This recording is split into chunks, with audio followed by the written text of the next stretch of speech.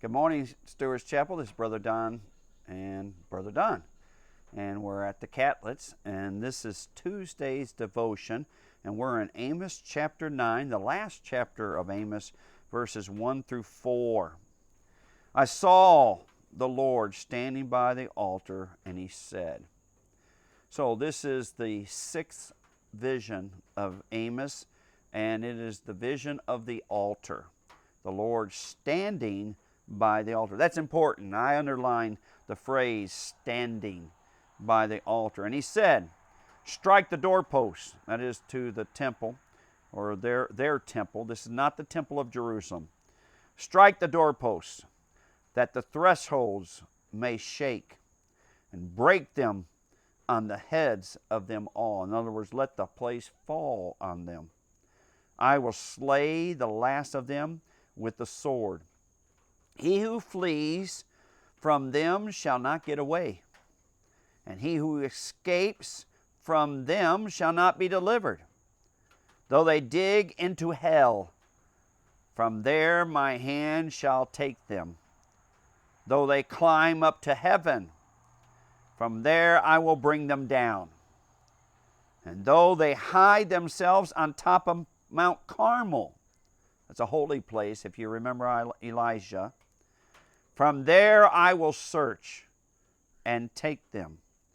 Though they hide from my sight at the bottom of the sea, from there I will command the serpent, and it shall bite them. Though they go into captivity before their enemies, from there I will command the sword, and it shall slay them. I will set my eyes on them for harm and not for good. That's the key verse or key phrase in this section of Scripture.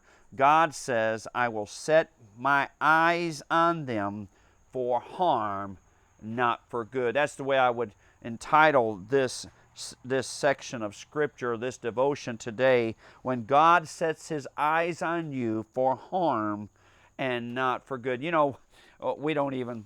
in American Christianity don't even have a concept of that kind of God. We will boldly declare in the face of God, that is the Old Testament God. That's not the New Testament God. Well, I'm sorry, people. You need to keep reading in the New Testament. There is a book of Revelation. There is a strong book of Hebrews. You find that in Corinthians. The fact that you find that everywhere, that is your God. He has not changed. And according to Hebrews, judgment begins with the house of God, with God's people. When God sets his eyes upon us for harm and not for good. Well, what does that mean? That's at the end of verse 4. He's said all the other. What it means is that when God does that, there's no place to go. You can't escape holding on to the altar. Running to the altar was supposed to be a safe place, but God literally going to bring the roof down upon you there.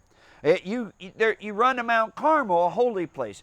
There's no safety there. Mount Carmel was also filled with caves. That's where Elijah goes and is found. If you dig a hole in the ground or you climb to the steepest heights, there's no place to go. When God sets his eyes upon you for harm, not for good, there's no place to go. Now, sometimes we are quick to speak and say that God is doing that with an individual. I'll remind you of the fact that that's exactly what the friends of Job did on Job. They basically told Job that what was happening to him was because God had brought judgment upon him, had set his eyes on Job to do harm and not good. But if you remember the way the book of Job ends, God makes it very clear that those friends of Job were wrong. That was not what was happening.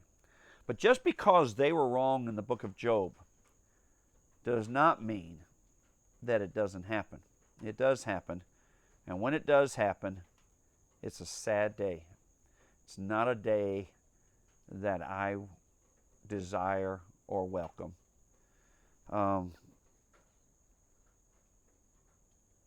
Honestly,